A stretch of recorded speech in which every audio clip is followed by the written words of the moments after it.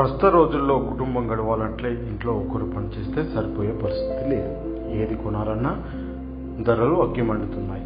ఒకవైపు పిల్లల ఫీజులు, మరోవైపు ఈఎంఐలు. ఇలా మధ్యతరగతి కుటుంబాల్లో ఎన్నో ఆర్థిక సమస్యలు ప్రతి నెల ఉంటాయి. ఈ సమస్యల నుండి బయటపడాలంటే ఇంట్లో మహిళలు చేదోడువాదగా నిలవాలి. అలా అయితే ఇంట్లో కొద్దిపాటుగా వెసులుబాటు ఉంటుంది. మహిళలు ఎలాంటి శిక్షణ లేకుండా బయటికెళ్ళి ఎలాంటి పనులు చేయగలరు? ఒక వంట చేయడం తప్ప అనుకుంటున్నారు కదా? అవును, మహిళల వంటలకు ప్రస్తుత రోజుల్లో ఎంతటి డిమాండ్ ఉందో తెలిస్తే షాక్ అవుతారు. నిజమే, ఈ మహిళలు చేస్తున్న వంటలకు ఎంత డిమాండ్ ఉంది. ఆ మహిళలను పలకరించి మిగతా విషయాలు తెలుసుకుందాం. ఓకే. నా పేరు సుధా. జనవరి 26 రోజు కర్రీ పాయింట్ స్టార్ట్ చేసాము. 1 year అయిపోయింది. మా దగ్గర వెజిటేబుల్స్ అన్నీ ఉంటాయి, నాన్ వెజ్ అన్నీ ఉంటాయి. పచ్చళ్ళు చేస్తాము.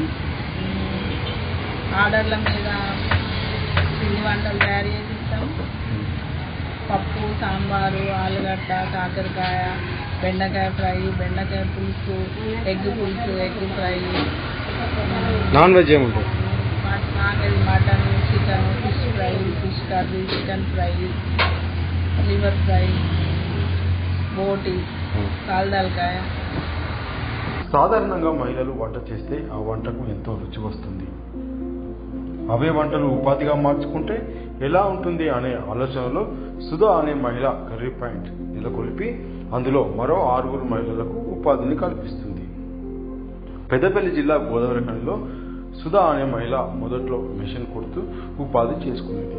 కొన్ని రోజులకు విశ్వక్ సేన్ కర్రీ పాయింట్ను ఏర్పాటు చేసి గత సంవత్సరం నుండి విజయవంతంగా నడిపిస్తుంది.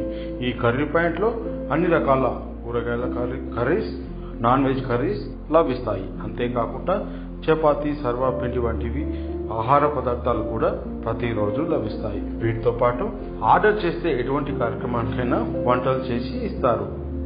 కిలో చికెన్కు 130 తీసుకుంటాం అండిస్తే.